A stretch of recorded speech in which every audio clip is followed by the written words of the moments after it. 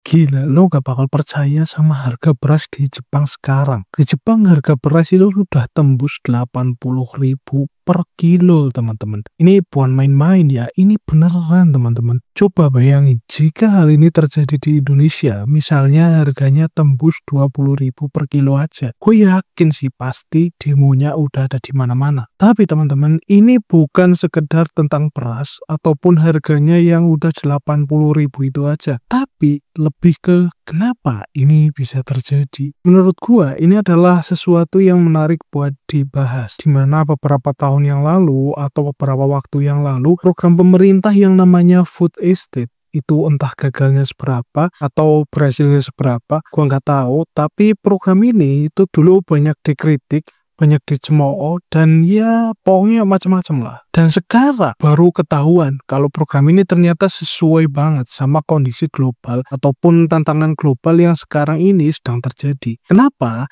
Karena di saat harga beras di berbagai negara pada naik, dan naiknya itu nggak masuk akal banget teman-teman. Bahkan di negara tetangga kita sekalipun seperti Filipina dan Malaysia. Tapi di negara kita, di Indonesia, masih adem-adem aja teman-teman. Jadi di video kali ini kita bakal ngomongin tentang beras. Dan mencoba mencari tahu apakah benar mafia beras itu emang udah benar-benar disikat sama Pak Amran. Jangan lupa traktir gua kopi dan mari kita bahas.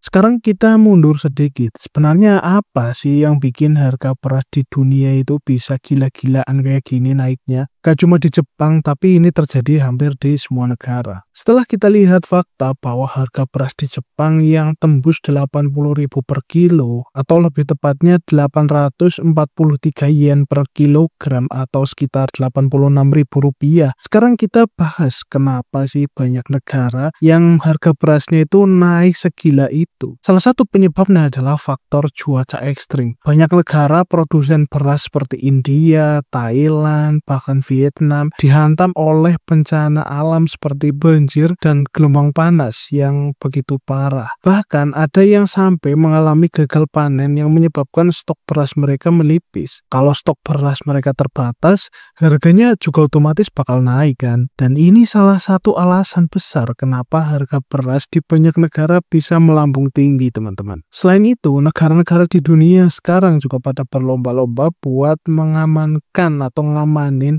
stok pangan mereka sendiri-sendiri. Karena krisis global ini bikin mereka khawatir dengan pasokan pangan jangka panjang. Negara-negara kaya yang biasanya jadi importir beras besar, akhirnya juga mulai beli beras dalam negeri juga dalam jumlah yang besar. Untuk apa? Untuk memastikan mereka punya cadangan pangan yang cukup. Mereka mulai menarik stok beras yang ada di dalam negeri, bahkan sampai menahan ekspor loh teman-teman. Hal ini tentu saja ngebuat persaingan untuk mendapatkan beras jadi semakin ketat, dan otomatis harganya di pasar global yang jadi melonjak tinggi. Terakhir ada masalah soal distribusi yang makin ribet karena ketegangan geopolitik. Negara seperti India yang dulu menjadi salah satu eksportir utama beras bahkan sempat menutup keran ekspornya. Demi apa?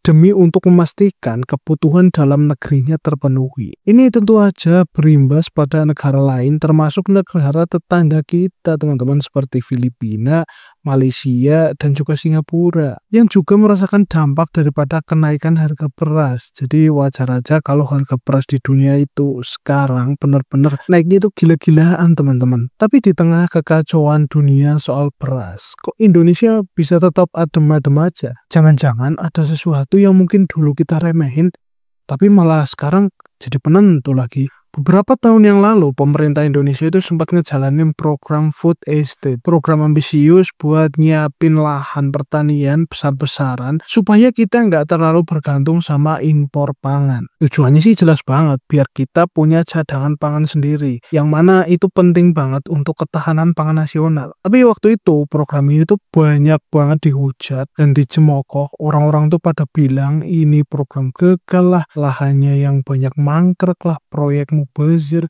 dan lain-lain. Dan juga banyak yang pesimis kepada program ini dan ngira program ini nggak bakal berhasil. Tapi ternyata di tengah krisis pangan dunia saat ini, program food estate ini malah jadi penopang yang menurut gue cukup penting. Meskipun nggak sempurna atau butuh waktu buat bisa maksimalin hasilnya, setidaknya Indonesia punya pasokan beras tambahan dari berbagai wilayah yang tadinya nggak terlalu diperhatiin. Nah, pasokan ekstra ini jadi penyeimbang buat nahan harga beras kita tetap stabil, nggak melampung gila-gilaan kayak di negara lain yang lagi krisis pangan. Ini jadi bukti kalau ternyata program food estate ada pengaruh positifnya. Meskipun belum sempurna atau sesukses yang kita bayangkan. Dan sejauh ini apakah ini pengaruh langsung program ini atau emang pengaruh langsung dari kinerja pemerintah, ya kita nggak tahu secara pastinya. Tapi yang jelas menurut gua ini langkah yang sangat cerdas, teman-teman. Jadi meskipun dulu banyak anggapan bahwa program ini gagal, sekarang kita bisa lihat kan food estate punya peran yang nggak bisa dianggap remeh. Sistem yang dulu banyak dicemooh, sekarang jadi salah satu faktor yang bikin Indonesia nggak kena dampak lonjakan harga beras seperti negara-negara lain. Memang sih masih butuh waktu dan perbaikan, tapi setidaknya ada kemajuan lah yang bisa kita lihat sekarang. Tapi tunggu dulu teman-teman, selain soal produksi, ada satu faktor lagi yang dulu ngerusak harga beras kita dari dalam, yaitu mafia beras. Nah sekarang gimana kabarnya mereka? Dulu tuh mafia beras itu kan udah kayak penyakit yang rusak pasar gitu. Mereka main stok, main harga, bahkan seringkali mereka nimbun beras supaya harganya bisa melonjak tinggi. Itu sebabnya harga beras di Indonesia bisa naik dengan tiba-tiba dulu tapi. Karena tentu saja ada tangan-tangan tersembunyi yang main di belakang layar. Tapi sekarang perlahan-lahan mungkin mereka mulai kocar-kacir ya. Di bawah kepemimpinan Menteri Pertanian sekarang yaitu Pak Amran,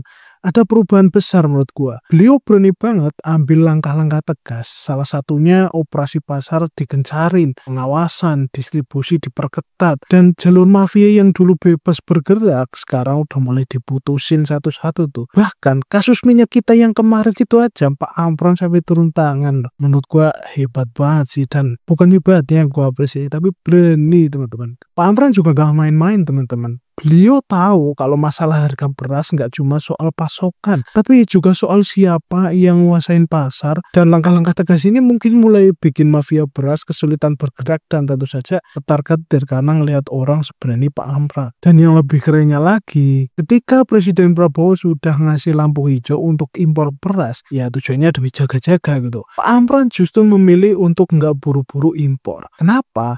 Beliau lebih memilih untuk menyelesaikan masalah dari dalam negeri dulu dengan memaksimalkan hasil panen petani lokal sebelum mengambil langkah instan seperti impor. Apalagi beliau juga bilang bahwa perkiraan panen selanjutnya itu diperkirakan bakal mencapai target dan bahkan mungkin melebihi target. Tapi ini tentu keputusan yang berat teman-teman. Karena kalau salah langkah, harga beras bisa meledak dan distribusi bisa jadi kacau. Tapi meskipun itu, Pak Amran tetap konsisten dengan keputusan tersebut yang gua salut teman-teman. Dan satu hal yang bikin gua pribadi kagum, Pak Amran tuh ngerti banget kalau musuh terbesar beliau itu bukan cuma orang-orang dari luar, tapi juga orang di dalam birokrasi itu sendiri. Banyak banget pemain lama di sektor pangan yang mungkin nggak suka dengan cara beliau, nggak suka kalau jalur-jalur kotor mereka diputusin sama Pak Amran. Tapi Pak Amran di sini nggak gentar, beliau tetap jalan terus meskipun banyak yang mungkin nggak suka dengan perubahan yang beliau bawa. Ini menurut gue bukti sih kalau keberanian seorang pemimpin